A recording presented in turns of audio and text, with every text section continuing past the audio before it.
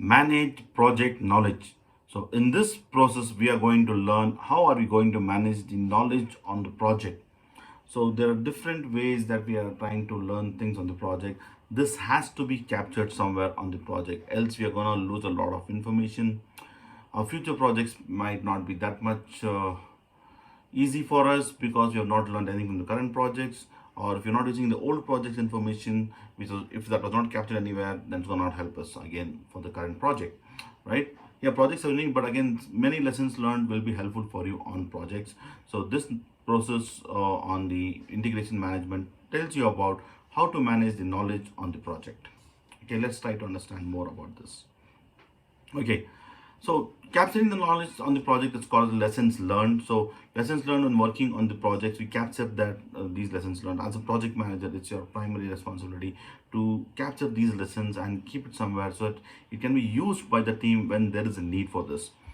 Okay, in this video I'll be talking to you about my own personal experiences of different ways of capturing knowledge, how it has benefited us, right, how it can help you also. Okay, now next thing is, now when do we capture the lessons learned? When we produce deliverables, we capture many lessons learned.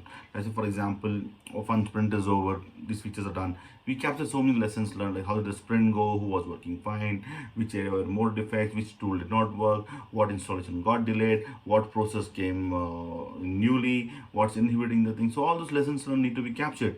So which team is kind of supporting us, which team is not supporting us, how is the vendor working with us, right? So you have to capture all these lessons learned so it will help for you for the next sprint. Now, the previous lessons learned from the previous project will also be helpful for the current project. We need to capture these lessons also with us. Okay, so what have we learned in the previous projects? How does the old sprints go? How did this customer behave in the previous project?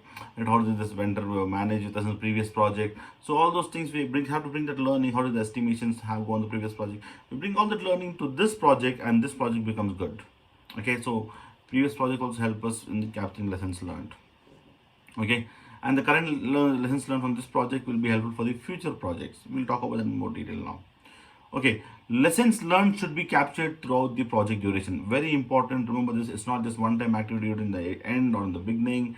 No, lessons learned need to be captured throughout the duration of the project. The entire duration project, you have to capture the lessons. I've put a pencil mark over here. Important concepts to be checked on the prelim examination. Questions can come twisted, but remember this fact that lessons learned need to be checked throughout the project. Okay, now how, from where all can you learn lessons? Now let me share my own personal experience over here. From the project delivery, let's say you're delivering the project and you get to know, okay fine, this project with this specific scope takes us like 4 weeks to deliver. Okay, now when in this 4 weeks we had issues on when developing the front end. Okay, or we had issues when working on the back end logics because some details were not clear, right? So you can learn lessons from the project delivery. You can learn lessons from the, like, the duration of the project was very small, or the cost was very less, or the scope was not clearly defined. So all these lessons learned need to be captured and then given up to your leadership and say, okay fine, this is what is our learning from this project. In future project, let's not make this mistake again, right? So that's the project delivery lessons learned. Then resource issues, you can make a note of lesson like, okay fine, this resource is a very good resource. Okay, these two people don't work together in project, so probably next project I have to put them in two different projects, or I have to give them separate tasks, they're not working in sync together, right? So these things you have to capture. Okay, within the team there's infighting, so you have to capture that lessons learned, saying that okay fine, folks are not getting along, so probably pair differently and then try to get the work done, right? So resource issues, or maybe this person is not skilled, he needs some training, or we took the project, we didn't have any training, we have to capture those issues, skill issues, right? So those things all need to be captured and mentioned somewhere. Okay, so resource issues, lessons learned came from there. From the organizational processes, like for example, if something has to get approved, what is the process in the organization? Like how often is your release trained? How often can you put the code in production, right? Or how much should it wait, right? So there are many organizational processes within there. You will have to know about those processes and make a note of any new processes that you get to work on along with them. And the idea is to reduce the impact on the project, reduce the risk on the project, and then deliver a project so that the project is successful and you have good margins and you it benefits the customer, benefits the organization, benefits you also for reputation, right? Then after that, you got compliance, right? Lessons learned coming from the compliance team, like audits. You have to maintain these audits over here, ISO audit, all those. Like we did not do this last time, we have to do it properly, or ISAE audit, whatever audits there is. So you have to capture lessons learned from those audits also, and ensure that we are doing something good, right? So that has to be done. Regulatory, it could be from the country where you're working on, what is the regulatory compliance thing which you have to comply, right? For example, few countries for overtime you must pay, right? So you have to make a note of that. So all those things you have to make a note. Environmental factors in the organization, how the organization functions, those can also be a good source of capturing the lessons learned. Stakeholder interaction. Now, how do you interact with a stakeholder? Like for example, I had one of my teammates, we were working on a project, and then we had a person from the onshore who was very pushy. My team was always afraid to talk to that person and work, right? And then every half an hour the person is speaking and asking, where are you, what are you doing, oh, what did you come last 1 hour or last 45 minutes, what did you do? Then finally I had to go tell my team, now see, this is the different stakeholder. It's okay, you also be direct with this person and just go and tell them. Next time this person pings you and tell them, can you just trust me to get the work done? Right? So that happened, and then after the stakeholder kind of calmed down, and then the work was getting done. So different stakeholders, different kind of lessons learned. Like I was on one project wherein I had a manager whom I couldn't work with, right? Then finally I had to tell my direct manager that the next project is that I have to work with this person. I'm not going to work on this project.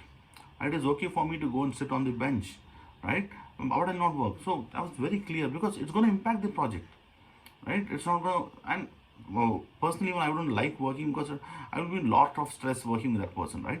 So I had to give that feedback. So different stakeholders, how you work with these people, right?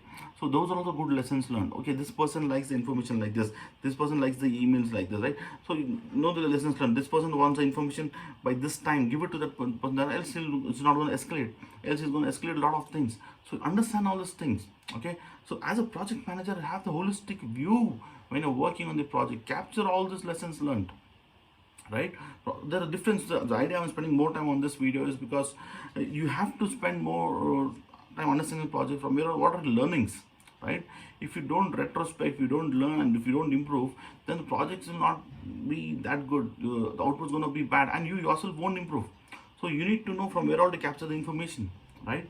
Then lessons learned can be from building capabilities. For example, we are working on a project and we didn't have the capability to build a particular technology developer. Only one person was doing it. That was lessons learned, right? Then we made that person do training for 5 or 6 more developers. We stopped in on projects for like 2-3 weeks. We got people ready, and after 2-3 months, we had like at least 2 or 3 more developers. If not 5, at least 2 or 3 is what we had, right? Maybe not up to the mark of person, but at least we took some action. So on the capability side, we can look in. Then working with partners, like okay, this partner gives me the information for this time, so when should I have my things ready? So all this lessons learned, you have to capture it, and you should know when should you use when. Working with vendors, okay, this vendor is not getting things done, probably we should change the vendor, or this vendor is very good, we can kind of trust them, give more things, right? Okay, these from vendor are kind of not working well, or they're very good, they're excellent resources. Capture all this, observe, learn, observe, see, keep your eyes open, ears open, ears open, eyes open, wide open, right? You have to be very proactive as a project manager, right? Taste it knowledge, right? Somebody has got the exposure, experience, he knows by his gut feeling, okay, this can be done like this. That's also a way of capturing knowledge, right? Legal team, when you work with the legal team, the contract team is going to take their own sweet time to get the contract, because there are a lot of legalities. So know the lessons learned from them also, right? How much time it takes for if you have to put something in contract, how soon should I do, because if I delay, then everything gets delayed and the project gets delayed, right? Then different functions in organization, how the customer success team, or maybe the support team, or it could be the deployment team. You should know how these people work, what are the lessons learned working with them. So all these things as a project manager should know for learning lessons learned. Okay, then reporting formats, what kind of reporting we have to do, who likes what kind of reporting, who needs very subtle reporting, who needs detailed reporting. All these things you should know as a project manager, right? And very importantly, all these things is just not your job to kind of know all this. Get the input from the team also, right? Entire team needs to be involved in capturing lessons learned. Get the input from them, and you kind of document it, update it, and keep things wide open for yourself.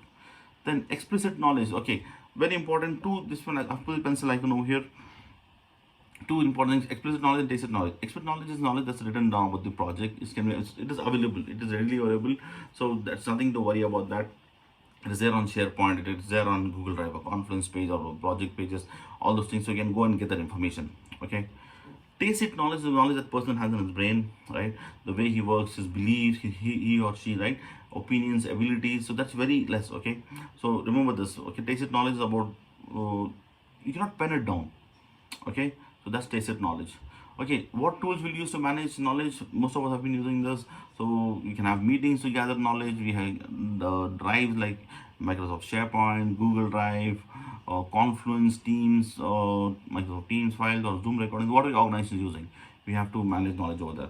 Then we can also manage knowledge by doing forward shadowing, reverse shadowing. Like I was working on the transition projects in the early years of my project management career, right? So we used to do forward shadow, and reverse KT to the customer, right?